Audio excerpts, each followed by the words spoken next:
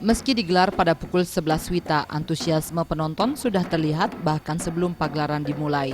Pengunjung di kalangan angsoka disuguhi tabuh bebonangan klasik khas Kabupaten Bangli yang dibawakan secara apik oleh Sanggar Sudamala Banjar Sidembunut.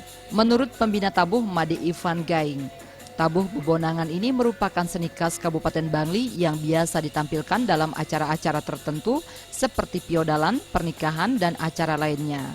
Meski gamelan yang digunakan tidak selengkap gamelan pada umumnya, tabuh yang terdengar sangat indah dan menghibur.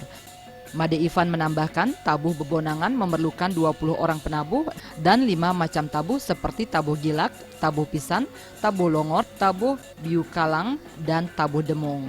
Meski persiapan untuk mengikuti pesta kesenian Bali hanya 2 minggu, kekompakan setiap ornamen membuat setiap alunan tetabuhan begitu indah dan tidak membosankan.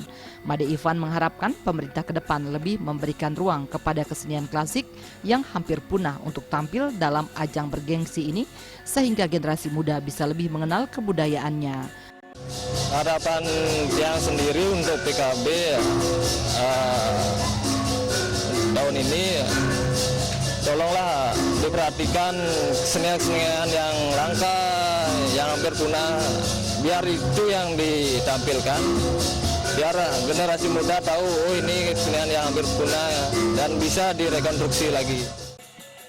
Pradnya Paramita dan Saputra, Bali TV.